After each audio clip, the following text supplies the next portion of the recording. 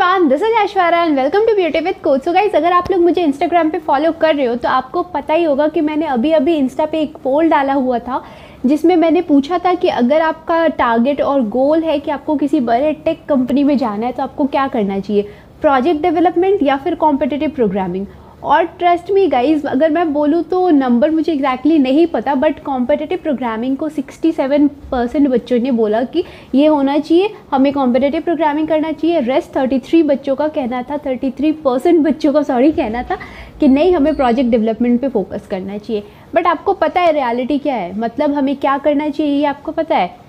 सच बोलूँ ना तो इसका आंसर मेरे पास भी नहीं है। मतलब मैं नहीं बोल सकती हूँ कि आप जाके कॉम्पिटिटिव प्रोग्रामिंग करो, बस यही वे है टू सक्सेस। नो, अगर मैं बोलूँ कि प्रोजेक्ट डेवलपमेंट करो, बस आपको कहीं से भी कुछ बड़ी सी कंपनी आके ले जाएगी, ये भी गलत है।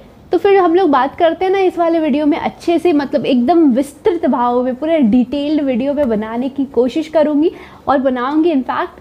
तो हम लोग यहाँ पे एकदम डिटेल में डिस्कस करेंगे कि क्या ज़्यादा इम्पॉर्टेंट है, क्योंकि ट्रस्ट मी गाइज, ये बहुत हद तक आपके कॉलेज पे डिपेंड कर जाता है। बहुत हद तक डिपेंड कर जाता है कि आपका कॉलेज जो है वो टायर 1 में आता है या फिर टायर 3 में आता है। ओके, तो इस चीज़ पे भी डिपेंड करता है, इनफैक्ट सबसे ज़्यादा डिपेंड करता है कि आपको कॉम्पिटिटिव प्रोग्रामिंग पे फोकस करना चाहिए या फिर प्रोजेक्ट डेवलपमेंट पे।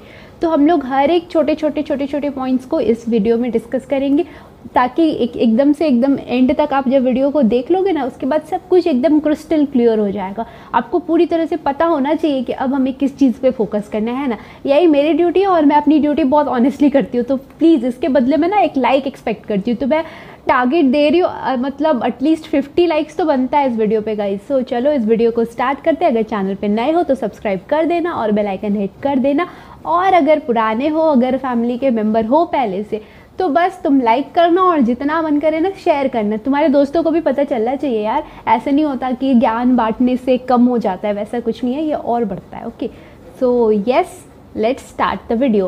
सो गाइस, सबसे पहले बात करते हैं टायर 1 कॉलेज की। तो टायर 1 कॉलेज वो कॉलेजेस होते हैं जिसमें कंपनीज आती हैं। Companies in the sense like Google, Microsoft, Amazon, ऐसी जो बड़ी बड़ी कंपनीज है ना, जिनको हम ड्रीम कंपनी बोलते हैं। तो ड्रीम कंपनीज जिस कॉलेज में खुद विजिट करती है फॉर ऑन कैंपस प्लेसमेंट, ये हो गए तुम्हारे IITs हो गए, NSIT हो गया, DTU हो गया, जादवपुर हो गया, बहुत सारे ऐसे कॉलेजेस हैं इंडिया में, और ये सारे कहलाते हैं टायर 1 कॉलेज। ओके, अब टायर 3 कौन से कॉलेज है? तो टायर 3 कॉलेज वो हैं जिनमें ऐसी कंपनीज विजिट नहीं करती, सिंपल। और ट्रस्ट मी, टायर 3 कॉलेजेस का जो नंबर है ना, वो टायर 1 वालों से काफ़ी ज़्यादा है। तो हाँ है, बट इसका क्या मतलब, अगर मान लेते हैं कि आप टायर 3 के बच्चे हो तो क्या आप नहीं जा सकते हो बड़ी कंपनी में? कहीं से भी कोई भी सक्सेसफुल हो सकता है, ठीक है। तो सबसे पहली बात तो ये कि सक्सेस होने की चाहत होनी चाहिए। सक्सेस होने की चाहत है ना, तो कोई नहीं रोक सकता, किसी को भी नहीं रोक सकता, ना मैं, ना आपका कॉलेज, ना एक्सटर्नल फैक्टर, कुछ भी नहीं रोक सकता। बाकी सब कुछ एक बस कैटलिस्ट का काम करती है या फिर टांग खींचने का काम करती है, ऐसे कुछ होता है। सब कुछ आप पे डिपेंड करता है। तो आराम से कॉन्फिडेंट रहो, और इस वीडियो में हम लोग टायर 1 टायर 3 दोनों के बारे में बात करने वाले हैं, दोनों के बच्चों के बारे में अच्छे से डिस्कस करेंगे। ओके, सो सबसे पहले देख लेते हैं कि अगर कोई बच्चा टायर 1 कॉलेज में, मतलब IITs, NITs और DTU वगैरह जो हो गए, उन सब में अगर कोई बच्चा फर्स्ट ईयर या सेकेंड ईयर में है अभी, तो उसको क्या करना चाहिए? मतलब उसका जो प्लेसमेंट तो होगा जाके 4th ईयर में। 3rd ईयर में उसके पास इंटर्नशिप के लिए भी बहुत सारी कंपनी आएगी, तो इन लोग के पास बहुत ज़्यादा ऑप्शन है। तो अगर आप टायर 1 वाले हो तो सबसे पहले कॉन्ग्रेचुलेशंस, आपने 11-12 में बहुत मेहनत करी है, इसलिए आप वहाँ तक पहुँचे and you deserve it. Okay, तो देखो, आपने 11-12 में बहुत ज़्यादा मेहनत करी है, ये चीज़ मैं इसलिए मेंशन करूँ क्योंकि आप वहाँ पे अगर थोड़ा मेहनत ज़्यादा की हो ना, तो अब आपको थोड़ी सी कम मेहनत करनी पड़ेगी as compared to tier 3 college, and this is the reality. मतलब ट्रस्ट मी, लाइफ जो है ना वो एक सर्कल जैसा है। मतलब आप एक पार्ट में ज़्यादा मेहनत करोगे तो आपको दूसरे पार्ट में थोड़ी कम मेहनत करनी पड़ती है, और अगर दूसरे पार्ट में आप चाहते हो कि आप ज़्यादा मेहनत करो तो ठीक है, पहले पार्ट में थोड़ी मस्ती कर लेते हैं, ऐसे कुछ होता है, एंड इट्स ओके। अगर आप 11-12 में अच्छा नहीं भी किए हो तब भी डिमोटिवेट होने का कुछ नहीं है। मैं किसी को ऑफेंड करने के लिए नहीं बोल रही हूँ, आपके लिए भी मेरे पास रास्ते हैं और मैं सब बताऊँगी। तो पहले डिस्कस कर लेते हैं कि जो बच्चे टायर 1 कॉलेज में हैं और फर्स्ट ईयर या सेकेंड ईयर में हैं, उनको क्या करना चाहिए। तो सबसे पहले यहाँ भी 2 टाइप के बच्चे होंगे। एक बच्चे वैसे होंगे जिनका 11-12 में जो आपका एक सब्जेक्ट होता है ना एडिशनल सब्जेक्ट, जो जिनका एडिशनल सब्जेक्ट कंप्यूटर साइंस होगा, तो उनको बहुत ज़्यादा ना भी सही बट एटलीस्ट एक थोड़ा थोड़ा इंट्रोडक्शन ही ले लो, तो उनको कुछ ना कुछ लैंग्वेज आता ही होगा, इधर C++ आता हो, जावा या फिर पाइथन, मतलब depending upon your board, obviously C कुछ भी, लेकिन आप लैंग्वेज से फेमिलियर होते हो। तो अगर आप ऐसे बच्चे हो जो लैंग्वेज से फेमिलियर हो, तो आप आराम से ना उस लैंग्वेज में पहले बहुत अच्छे से कंफर्टेबल हो जाओ। अब पूछोगे इतने सारे लैंग्वेजेस हैं किस में हो, और ये क्वेश्चन उन बच्चों का सबसे ज़्यादा आएगा जो बच्चे लाइक ऐसे हैं जिनका 11-12 में एडिशनल सब्जेक्ट कंप्यूटर नहीं था, उनकी जगह हिंदी हो सकता है, बायोलॉजी हो सकता है, फिजिकल एजुकेशन, म्यूज़िक और बहुत कुछ हो सकता है, फ्रेंच वगैरह बहुत कुछ हो सकता है, फाइन जो भी है। आपका अगर कंप्यूटर साइंस नहीं है, मतलब आप लैंग्वेजेस से एकदम से फेमिलियर नहीं हो, तो क्या करना चाहिए? ठीक है, सबसे पहली बात, आप भी उसी कॉलेज में हो, आप भी अगर टायर 1 कॉलेज में हो, इट्स ओके, आपको नहीं आता है fine, it will take hardly 2 to 3 months to learn a language, okay. तो आप आराम से एक लैंग्वेज सीखो, आती है तो उसको ब्रश अप करो, नहीं आती है तो सीखो। पूछोगे कौन सी लैंग्वेज सीखे, तो आप अगर मैं बोलूँगी स्टार्ट करो with an object oriented programming language, और अगर पूछोगे उसमें भी क्या, तो C++ या जावा। बहुत सारे लोग पाइथन चूज़ करते हैं, like I chose Python, but the problem is, जो मुझे मेरे प्लेसमेंट के बाद रियलाइज़ हुआ, तो द प्रॉब्लम इज़ पाइथन जो है ना वो बहुत सारी कंपनीज अलाउ नहीं करती हैं। तो अगर आपको पाइथन एक्साइट कर रहा है तो प्लीज़ पाइथन सीखो, पाइथन भी बहुत अच्छा लैंग्वेज है, ओके। तो आप चाहो तो सीख सकते हो, ओके। लेकिन अगर ऐसा कुछ नहीं है तो आप C++ या फिर जावा में से कोई एक उठाओ। अगर आप 1-2 महीने, मान लेते हैं आप एकदम से नए हो, 1 महीने 1.5 महीने जैसे आपने लगाया, आपको लग रहा है आप कुछ नहीं सीख पा रहे हो, क्योंकि 1-2 दिन में तो सबको लगता है कुछ नहीं सीख पा रहे हैं, नए में सबको ऐसा ही लगता है, बट स्टिल अगर 1-1.5 महीना स्पेंड करने के बाद भी आपको सेम फीलिंग आ रही है, तो डिमोटिवेट नहीं होना है। आपका जो प्लेसमेंट है वो 4th ईयर में होना है, अभी आप 1st ईयर 2nd ईयर वाले बच्चे हो, कोई बात नहीं, आप उस केस में जाके पहले पाइथन सीख लो, क्योंकि पाइथन जो है वो बहुत इजी और बहुत यूज़र फ्रेंडली टाइप लैंग्वेज है, ओके। तो अगर आप एक लैंग्वेज सीख लेते हो ना, तो दूसरा सीखना आपके लिए आसान हो जाता है, आपको सिर्फ सिंटैक्स सीखना पड़ता है। तो वैसे केस में मैं बोलूँगी कि पाइथन सीख लो।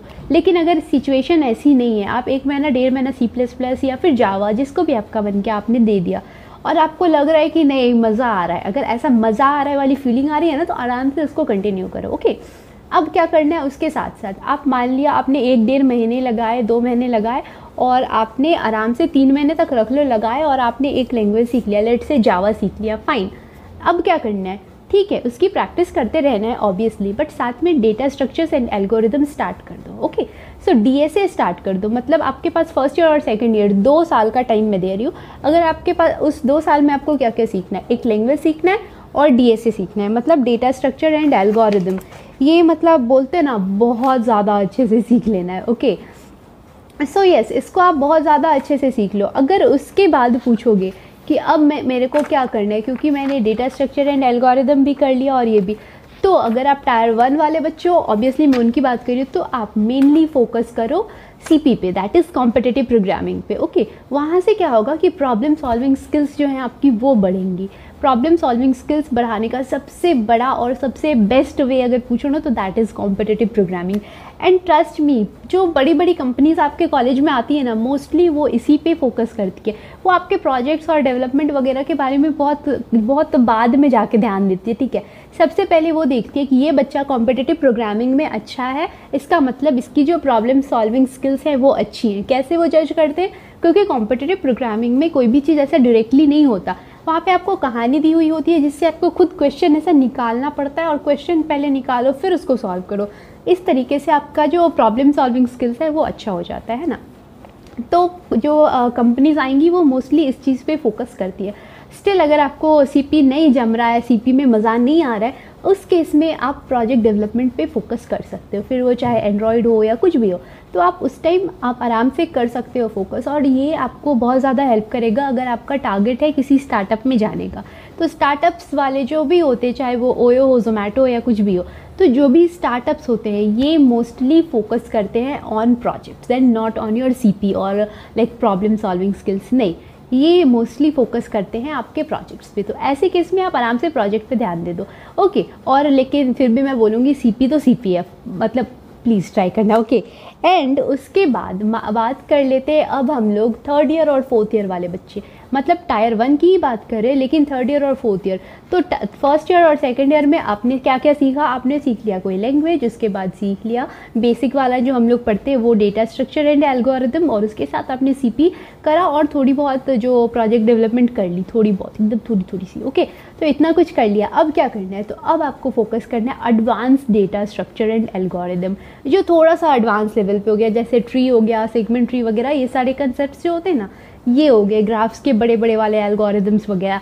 तो अब जाकर के आप उस पर फोकस करो, सिस्टम डिज़ाइन पे फोकस करो, ये काम करो आप third year and fourth year में। फर्स्ट सेकेंड ईयर में इन चीज़ों के बारे में एकदम से नहीं सोचना है, तो बस इतना करना है। थर्ड ईयर फोर्थ ईयर में जाकर के आपको सिर्फ मतलब एडवांस वाले जो लेवल के डेटा स्ट्रक्चर एंड एल्गोरिदम है वो, और 2 प्रोजेक्ट बना लो। 2 प्रोजेक्ट अगर लाइक एवरेज वाले भी है ना, अगर आपका सीपी बहुत स्ट्रांग है, अगर सीपी आपका स्ट्रांग है तो 2 एवरेज लेवल का प्रोजेक्ट डेवलप कर लो। और अगर आपका सीपी उतना स्ट्रांग नहीं है, सीपी में लाइक आप 2 स्टार 1 स्टार 3 स्टार ऐसे हो, मतलब 4 से नीचे वाले हो अगर, तो आप प्रोजेक्ट थोड़ा सा तगड़ा कर लो। सो ये मतलब एक पैरामीटर हो गया। अगर आपका कोड फोर्सेस या फिर कोडशेफ जैसे वेबसाइट्स जो होते हैं मतलब फॉर सीपी, उनमें अगर आपका 4 और मोर स्टार है, तो उस केस में अगर आपका प्रोजेक्ट थोड़ा एवरेज लेवल वाला भी है ना, तो इट्स ओके। लेकिन अगर आपका 4 से नीचे वाला है, मतलब 1 स्टार 2 स्टार 3 स्टार ऐसा, या फिर आपका कुछ सीपी का कुछ ऐसा है ही नहीं, ऐसा कुछ सीन है, तो वैसे केस में प्रोजेक्ट थोड़ा सा तगड़ा बना लेना, बस आपका काम हो गया। तो ये थी कहानी टायर 1 वाले बच्चों की। ओके, अब बात करते हैं टायर 3 वाले बच्चे। तो द रियलिटी इज़, जो टायर 1 वाले बच्चों के लिए वो जो बड़ी टेक कंपनीज़ जो हमारा टारगेट थी उसको रीच करना थोड़ा आसान होता है। आसान इसलिए होता है क्योंकि उनके कॉलेज में आती हैं ये कंपनी, लेकिन जो टायर 3 वाले बच्चे हैं आपके लिए थोड़ी सी डिफ़िकल्टी होती है। ऐसा नहीं कि इम्पॉसिबल है, मुश्किल है, नामुमकिन नहीं है, बस इस चीज़ को याद रखना। आपको थोड़ा सा एक्स्ट्रा एफर्ट लगाना होता है, थोड़ा सा ज़्यादा पुश करना होता है, दैट्स इट। बाकी रास्ते ऑलमोस्ट सेम है। क्या करना है मैं बताती हूँ। ओके, तो बात कर लेते हैं। अगर आप टायर 3 के बच्चे हो, फर्स्ट ईयर और सेकेंड ईयर वाले बच्चे, उनको क्या करना चाहिए? सेम चीज़, सबसे पहले आपको लैंग्वेज सीखना चाहिए, C++ और जावा अकॉर्डिंग टू योर इंटरेस्ट, जो भी मन करे वो लैंग्वेज सीखो, plus data structure and algorithm बहुत बहुत बहुत अच्छे से सीख लो। ओके, ये चीज़। उसके बाद आप बोलोगे कि ये तो हो गया, अब थर्ड ईयर फोर्थ ईयर में जाकर के हम लोग मेनली प्रिपरेशन करते हैं हमारे प्लेसमेंट्स के लिए, है ना। तो अब ऐसे केस में हमें क्या करना चाहिए? मतलब आपने उन लोगों को तो बोला था सीपी वगैरह, उन लोगों की बात अभी भूल जाते हैं। आपको मैं बोलूँगी प्रोजेक्ट डेवलपमेंट पे ज़्यादा फोकस करो। अगर आपका बहुत ज़्यादा इंटरेस्ट है सीपी में, देन जंप टू सीपी। अगर वैसा कुछ नहीं है तो प्लीज़ प्रोजेक्ट डेवलपमेंट में फोकस करो। अब ये मैं इसलिए बोल रही हूँ क्योंकि आपको भी पता है ground reality, and the reality is कि आपके कॉलेज में जो बड़ी टेक कंपनीज़ हैं लाइक गूगल, माइक्रोसॉफ्ट वगैरह, वो सब आपके कॉलेज में नहीं आती हैं। तो आपके लिए इन कंपनीज़ को रीच करने का सबसे आसान रास्ता हमें ढूंढना होगा ना, और जो सबसे आसान रास्ता है दैट इज़ रेफरल। रेफरल आपको कहाँ से मिलेगा? लिंक्डइन। तो मैंने बोला था सब लोग जाकर के लिंक्डइन पे अकाउंट बनाओ, अगर नहीं बनाया हो तो प्लीज़ बनाओ। तो जो टायर 3 वाले बच्चे, उनको थर्ड ईयर या फोर्थ ईयर में जाकर के रेफरेंस की ज़रूरत पड़ेगी फॉर इंटर्नशिप, थर्ड ईयर वालों को, और फोर्थ ईयर वालों को फॉर जॉब, है ना। तो फाइन, इसके लिए आप रेफरल ऐसे तो नहीं होगा ना, आप बोलोगे दीदी मुझे रेफरल दे दो और मैं ऐसे दे दूँ, नहीं, ऐसे आपको कोई रेफरल नहीं देगा। वो रेफरल लेने के लिए आपको उस सामने वाले बंदे को थोड़ा सा इम्प्रेस करना पड़ेगा। अब इम्प्रेस कैसे करोगे? शक्ल दिखा के, अरे मैं तो बहुत ब्यूटीफुल हूँ, मेरे को दे दो, नहीं, ऐसे काम नहीं चलता है। क्या करना होगा आपको अपना रेज्यूमे स्ट्रांग करना होगा, और रेज्यूमे स्ट्रांग मतलब आपको बताना होगा कि हाँ मैंने यहाँ पे काम करा है। तो इसलिए मैंने बोला कि अगर सीपी या कॉम्पिटिटिव प्रोग्रामिंग में आपको बहुत ज़्यादा मज़ा आता है, लाइक 4 स्टार 5 स्टार, आपको पता है कि आप like third year final year जाते जाते 4 स्टार 5 स्टार हो जाओगे कोडशिप पे या कोड फोर्सेस पे, कहीं भी ऐसा कुछ अगर आपको लगता है तो सीपी में जंप करो और आराम से उसको करो। लेकिन अगर आपको ऐसा नहीं लग रहा है तो प्लीज़ डेवलपमेंट पे फोकस करो। और ऐसा नहीं है कि सीपी एकदम से छोड़ दो, साइड बाय साइड थोड़ा बहुत बस करते रहो, ठीक है चलेगा, लेकिन मोस्टली फोकस करो आप डेवलपमेंट पे, ताकि आप सामने वाले बंदे को इम्प्रेस करने के लिए बोल सको हाँ मैंने ये प्रोजेक्ट करा है, मैंने ये वेबसाइट बनाया, मैंने ये ऐप बनाया, ये गेम बनाया, ये किया वो किया, फलाना ढिमाका जो भी होता है, ये आप बोल सको कि ये मैंने करा है। उससे उस बंदे को समझ आएगा। अगर पॉसिबल हो तो प्ले स्टोर पे डाल दो, बहुत मतलब ये सब चीज़ें ना समझ में आएंगी, है ना। आपका प्रोजेक्ट देख करके सामने वाला बंदा इम्प्रेस होगा। तो ये हो गई कहानी फर्स्ट ईयर और सेकेंड ईयर की। अब वो बच्चे फिर बड़े होंगे ना, बड़े होंगे तो थर्ड ईयर फाइनल ईयर में जाएंगे, अब उन्हें क्या करना है, तो जो रियलिटी है कि फाइनल ईयर में हम लोग कुछ सीखते नहीं हैं। फाइनल ईयर में हम लोग मोस्टली जॉब्स के लिए ऐसा लड़ रहे होते हैं कि हमें ये जॉब चाहिए, ये चाहिए, वो चाहिए, है ना। मेन पढ़ाई तो थर्ड ईयर तक हो जाती है। तो अब आप पहुंच गए हो अपने लास्ट अकेडमिक ईयर कह लेते हैं ऐसे कुछ में, है ना। तो थर्ड ईयर वाले बच्चे, उनको क्या करना चाहिए? आपको भी advance data structure and algorithm सीखना चाहिए, but not in that detail. Okay, आपको मतलब लाइक बेसिक्स थोड़ा बहुत ऐसे सीख लो, क्योंकि आपसे कोई भी उन चीज़ों को एक्सपेक्ट नहीं करेगा, ठीक है। तो जो टायर 1 वालों को थोड़ा सा डेप्थ में पढ़ना था यहाँ पे, लेकिन यहाँ पे आपको ना थोड़ा सा कम पढ़ना है। तो एडवांस जो आपका डेटा स्ट्रक्चर एंड एल्गोरिदम है उस पर थोड़ा सा कम फोकस करो, और जो बेसिक वाला डेटा स्ट्रक्चर एंड एल्गोरिदम है जो आपके सिलेबस में मोस्टली होता है उसको मतलब अच्छे से करो, वहाँ पे बहुत अच्छे से करो। बट एडवांस डीएसए कंसेप्ट जो है वो थोड़ा सा मतलब लाइक फेमिलियर हो जाओ, दैट्स इट। अगर आप उससे बस फेमिलियर हो, आपको बहुत ज़्यादा नहीं भी पता है, तब भी ये बहुत सही है। उससे ज़्यादा आपको मतलब कुछ वैसा लगेगा नहीं। उसके बाद आपको कहाँ पे फोकस करना है। ऐसा नहीं है कि आपने फर्स्ट ईयर सेकेंड ईयर अच्छे से कर लिया है, अब तो बस हो गया। इसमें दीदी ने बोला था बेसिक्स ऐसा देख लेने, और बेसिक दिखने में कितना टाइम ही लगता है, बस बैठ गए। नहीं, आपको पता है आपके लिए जॉब लेना थोड़ा सा मुश्किल है, आपका गोल आपसे थोड़ा सा दूर है, तो आपको एफर्ट ज़्यादा लगाना पड़ेगा। ठीक है, डीएसए में आपको कम मेहनत करना है, लेकिन आपको ज़्यादा मेहनत कहाँ पे करना है? प्रोजेक्ट पे। तो जितना अच्छा प्रोजेक्ट आप बना सको, अभी आपने थोड़ा सा डेटा स्ट्रक्चर का एडवांस वाला पढ़ा था ना, वो सब लगाओ इसमें। और कुछ नई टेक्नोलॉजी अगर आपको एक्साइट करती है, फिर वो चाहे वेब डेवलपमेंट हो या एंड्रॉयड हो या जो भी हो, जैसा भी हो। एंड्रॉयड पे ही अगर आपने फर्स्ट सेकेंड ईयर में भी बनाया हुआ था कोई ऐप, फाइन, आपने वो ऐप बनाया, अब उसको आप और इम्प्रोवाइज कर सकते हो, क्योंकि अब आप बड़े हुए, आपकी नॉलेज बढ़ी, एक्सपीरियंस बढ़ा, सब कुछ बढ़ा है ना। तो आप उसको ही इम्प्रोवाइज़ करो, या फिर कुछ एडवांस बनाओ, कुछ एडवांस प्रोजेक्ट बनाओ, ठीक है। तो अब जा करके आप डीएसए पे थोड़ा सा कम भी फोकस करो थर्ड फोर्थ ईयर में जाके आप मेनली फोकस करो आपके प्रोजेक्ट्स पे। ट्राई करो आप जितना अच्छा प्रोजेक्ट बना सकते हो, जितना बोलते ना एकदम देखने दिखाने लायक हो, वैसा कुछ बना सकते हो, सजा सवड़ा प्रोजेक्ट, तो वो बनाओ। वो आपके बहुत बहुत बहुत ज़्यादा काम आने वाला है। अब बात कर लेते हैं उन बच्चे की जिनको प्रोजेक्ट डेवलपमेंट में इंटरेस्ट नहीं है, और वो टायर 3 के बच्चे जिन्होंने फर्स्ट ईयर और सेकेंड ईयर में आराम से अपना जो क्या बोल सकते हैं उसको सीपी में अपना टाइम दे दिया। ओके, सो कॉम्पिटिटिव प्रोग्रामिंग करी, वो बच्चे अब क्या करें? तो डीएसए आपको भी पढ़ना है। आप प्रोजेक्ट डेवलपमेंट छोटे मोटे प्रोजेक्ट कर लो, फाइन, लेकिन ट्राई करो ना कि सीपी में जितना हो सके उतना घुस जाओ। अब पूरा टाइम दो सीपी पे। अब बोलो कि यहाँ से क्या फ़ायदा होगा? आपने बोला रेफरल लेने का बेस्ट वे आपका हो जाता है प्रोजेक्ट्स, डेफिनेटली वहाँ से आप अपना काम दिखा सकते हो। लेकिन ऐसा नहीं है ना कि मतलब सीपी काम नहीं आता, सीपी बहुत काम आता है। मान लेते हैं आप बहुत तगड़े बंदे हो, ठीक है, बहुत मस्त वाला प्रोग्रामर हो आप, ठीक है, तो अगर आपकी रेटिंग बहुत अच्छी है तो हो सकता है कि गूगल जैसी बड़ी कंपनी भी आपको सामने से अप्रोच करे, क्योंकि उन कंपनीज़ को नहीं पता है कि आपका कॉलेज एग्जिस्ट भी करता है। दैट्स द रीज़न वो आपके कॉलेज नहीं आता। सेकेंड रीज़न इज़ उनको ये पता है कि like this is the truth actually, कि जो टायर 3 कॉलेज के बच्चे होते हैं, सो 2 से 3% बच्चे ज़रूर ऐसे होते हैं जो मतलब अपने बारे में सोच रहे होते हैं, जो पढ़ रहे होते हैं, जो लाइक जिनमें भूख होती है कि हम ठीक है टायर 3 में है, फ़ाइन, हमने 11-12 में बहुत ज़्यादा नहीं पढ़ा, फ़ाइन, लेकिन अब हमें फोड़ना है, ऐसे कुछ होता है। लेकिन इन बच्चों का परसेंटेज मैक्स 5% होता है। बाकी 95% बच्चे जो होते हैं ना, वो मान के बैठ जाते हैं कि हमारा लेवल तो उतना है ही नहीं, हम क्या आईआईटी वालों के साथ कंपटीशन करेंगे। वो खुद ही ऐसा मान लेते हैं, खुद को डिमोटिवेट करके बैठ जाते हैं। अगर ऐसे बच्चे बैठ गए खुद को डिमोटिवेट करके, तो कंपनीज़ को भी पता है, लाइक बड़ी बड़ी कंपनीज़ को भी ये चीज़ पता है। उसे पता है कि अगर हम आपके जो टायर 3 सो टायर 3 कॉलेज में जाएंगे तो हमारा उनका भी बहुत एक्सपेंस लगता है ना इसमें, प्लेसमेंट्स वगैरह में। उन्हें पता है हमारा टाइम जाएगा, मनी जाएगा, सब कुछ जाएगा, पर वहाँ से हमें 1 से 2 बच्चा मिलेगा या 5-10 बच्चे मिलेंगे, उससे ज़्यादा बच्चे नहीं मिलेंगे। लाइक हमें जितने अच्छे बच्चे और जितने नंबर में मिल सकते हैं आईआईटीज़ में, उतने हमें टायर 3 में नहीं मिलेंगे।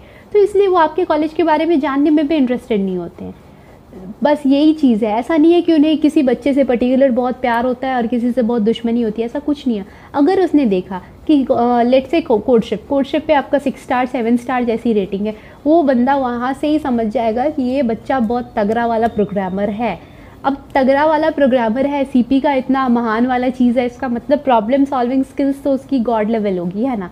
तो अगर उसको पता चलेगा, वो सामने से आपको अप्रोच करेगा, उसको आपके कॉलेज के नाम से भी नहीं मतलब है, वो देखने भी नहीं जाएगा, वो देख लिया ये बंदा टैलेंटेड है, बस दैट्स इट। तो वो करो। अब आप घुस जाओ इस चीज़ में। सेकेंडली अगर बात करें रेफरल की, तो आप किसी से अगर रेफरल की बात करो, आप वहाँ पे बोल सकते हो कि मैं कॉम्पिटिटिव प्रोग्रामिंग करता हूँ, और साथ में अगर आप उसको अपना हैंडल दे देते हो, लाइक कोडशिप हैंडल बता देते हो, वो वहाँ जाके चेक करा, वहाँ जाके उसने देखा 6-7 स्टार, उस बंदे को भी समझ आएगा कि अरे वाह, ये तो सच में डिज़र्विंग है, ये तो ठीक है टायर 3 का बच्चा है लेकिन प्रॉब्लम सॉल्विंग स्किल्स की तगड़ी है। वो क्या करेगा, वो आपको रेफरल दे देगा।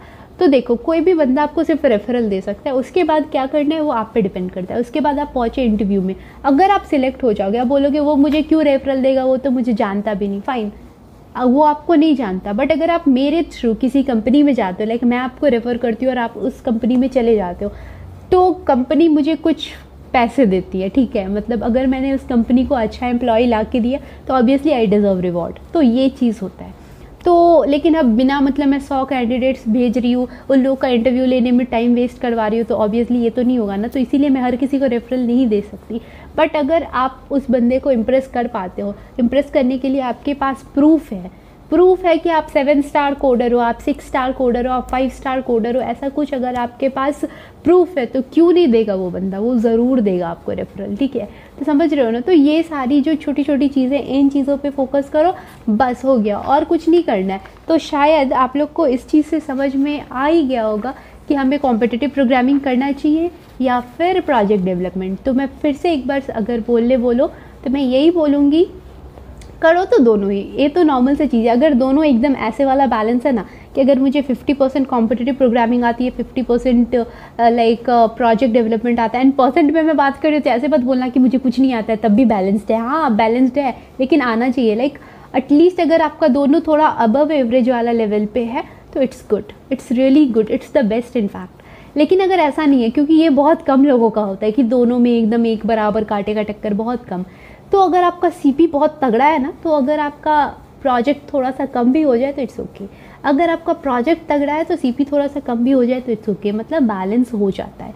और मोस्टली अगर इन शॉर्ट बोलो तो टायर 3 वाले को थोड़ा सा डेवलपमेंट पे ज़्यादा ध्यान देना चाहिए, और अगर नहीं देते हैं तो सीपी में मतलब एकदम गॉड लेवल। टायर 1 वालों को वहीं सीपी में ज़्यादा फोकस करना चाहिए। ओके, तो बस ये थी समरी, शायद आपको समझ में आ गया होगा। बाकी इस तरह के और वीडियो देखने हैं तो इस चैनल पे सब्सक्राइब कर देना, जो मैं पहले भी बोल चुकी हूँ, फिर बोल रही हूँ, और बेल आइकन हिट कर देना। बाकी लाइक वगैरह जो भी होता है सब कर देना। और गाइज़, ये सब वीडियोस बनाने का आइडिया मुझे मिलता है मेरे इंस्टाग्राम से, तो अगर आपने अभी तक फॉलो नहीं करा है तो प्लीज़ फॉलो कर लो, क्योंकि वहाँ मैं इस तरीके का पोल वगैरह डालती रहती हूँ, जिससे मुझे आइडिया लगता है कि मेरे व्यूअर्स को क्या जानने की ज़रूरत है। और बस जो आपकी ज़रूरत है वो यहाँ पे आपको 1-2 दिन के बाद मिल जाती है। ऐसा कुछ पोल आता है, इसका मतलब होता है नॉर्मली की वीडियो आने वाली है ना। तो जो लोग लाइक बहुत टाइम से फॉलो कर रहे हैं उनको ये सब चीज़ें समझ आ रही है, लेकिन जो लोग नहीं कर रहे वो प्लीज़ फॉलो कर लेना। बाकी वीडियो को रैप करते हैं। So stay healthy, stay fit, love you all. This is Aishwarya signing off, bye bye.